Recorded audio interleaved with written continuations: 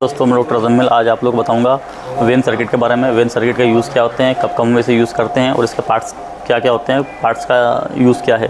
तो दोस्तों when circuit है कुछ इस तरह की दिखाई देती है।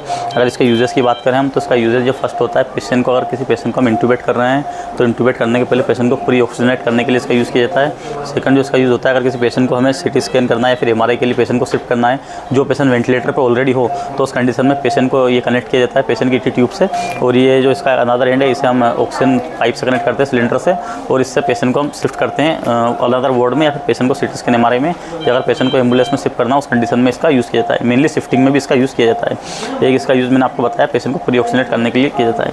अगर इसका पार्ट्स की बात करें तो इसमें ये फर्स्ट जो आपको दिखाई दे रहा है बैग, इसे हम रिजर्वायर बोलते हैं। इसके अंदर ऑक्सीजन रिजर्व होती है।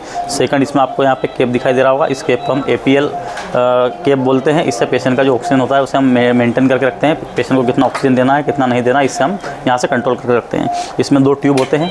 एक जो ट्यूब होता है आपको मोटा वाला जो ट्यूब दिखाई दे रहा है पाइप, इसे हम पेशेंट के AT ट्यूब इंट्राट्रेकियल ट्यूब से कनेक्ट करते हैं। और सेकंड जो आपको इसमें ट्यूबिंग दिखाई दे रही है इस ट्यूब को हम पेशेंट का ये फ्लोमीटर जो होता है इससे कनेक्ट करते हैं। और अगर हम पेशेंट ICU में है और पेशेंट को हमारे पास वेंटिलेटर नहीं है तो हम फ्लोमीटर से कनेक्ट करके इसे AT ट्यूब से कनेक्ट करके रिजर्वायर से पेशेंट को ऑक्सीजनेट करेंगे। अगर हमारे पास वेंटिलेटर है तो फिर हम इसका यूज़ नहीं करेंगे। तो दोस्तों ये वेन सर्किट का यूज़ होता है और ये कुछ इस तरह की दिखाई देती है। Thank you.